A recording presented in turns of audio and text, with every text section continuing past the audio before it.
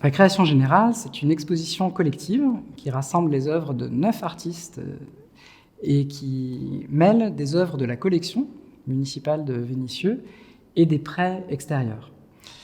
Alors le titre Récréation générale peut faire penser à répétition générale, rappelle aussi grève générale. Et en fait, il y a un petit peu de ça dans l'exposition, puisqu'on est sur des questions de réalité et de fiction, de jeu entre les deux, et également sur des questions sociales, puisque l'exposition est consacrée à l'enfance et au jeu. Dans l'exposition, on trouve par exemple une partie de la commande photographique qui a été passée par la ville de Vénissieux en 1983 à Rajac-Ohanian.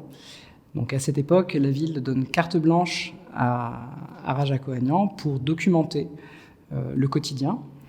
Et pour l'exposition, on a retenu une quinzaine d'images qui sont tout particulièrement intéressantes ici, parce qu'elles mettent en scène la plupart du temps des enfants, des jeux. La plupart se passent en extérieur, et il y a énormément de résonance en fait avec cette époque et les jeux qu'on peut observer dehors. On trouve aussi des quartiers qui sont photographiés dans ces images, qui aujourd'hui ont disparu, ont été requalifiés et reconstruits. On trouve aussi dans l'exposition le travail d'Alain Bernardini, qui est un artiste qui s'intéresse beaucoup aux luttes sociales, à la place de chacun dans la société, au travail.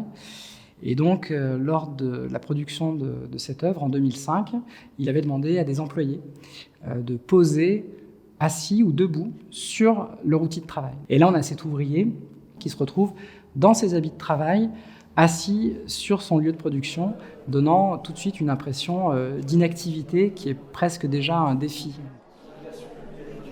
Il y a 2 vidéos dans l'exposition. Une vidéo de l'artiste Dara Friedman, qui est une artiste allemande installée en Floride, dans laquelle on voit des jeunes sauter dans l'eau depuis un ponton. Donc elle menait un atelier avec ces jeunes. Elle leur demande, mais plutôt que d'être avec moi ici dans cette salle, qu'est-ce que vous aimeriez faire? Et donc leur imagination s'emballe et ils disent, nous, ce qu'on aimerait faire dans l'absolu, c'est voler. Elle leur dit, mais ça, c'est de l'ordre du possible, venez avec moi. Et elle les emmène donc sur ce dock et elle les filme au ralenti pour produire cette vidéo qui est muette et donc dénuée de son. Elle prend tout de suite un côté assez hypnotique où effectivement il y a quelque chose de complètement suspendu dans ce jeu qui est de l'ordre de l'envol et puis du corps qui se transforme en quelque chose.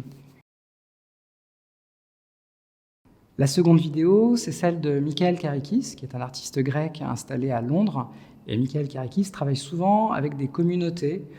Et ici, il s'est intéressé à la vallée du Diable, qui se trouve en Toscane, et dans laquelle on trouve une activité volcanique très importante, avec des sources chaudes, des geysers.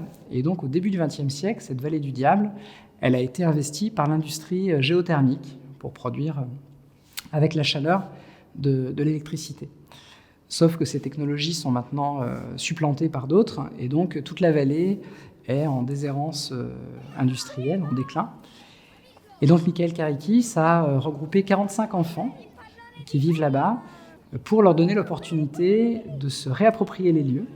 Et puis, progressivement, dans la vidéo, il y a quelque chose qui se décale, qui devient peut-être un petit peu inquiétant ou plus intense, où on sent que les enfants reprennent le pouvoir et reprennent finalement en main le destin de ces lieux et peut-être le leur également.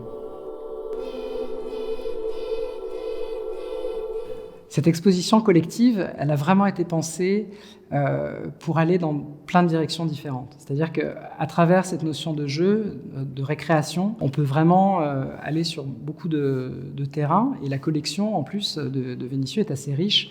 Là, le parti pris, ça a été d'avoir une exposition qui soit vraiment plurielle et qui permette de mélanger complètement les artistes, leur génération, le type d'œuvre, les médiums, les époques, mais aussi de s'autoriser des incartades un petit peu plus poétiques et voilà, d'introduire aussi du jeu dans l'exposition elle-même.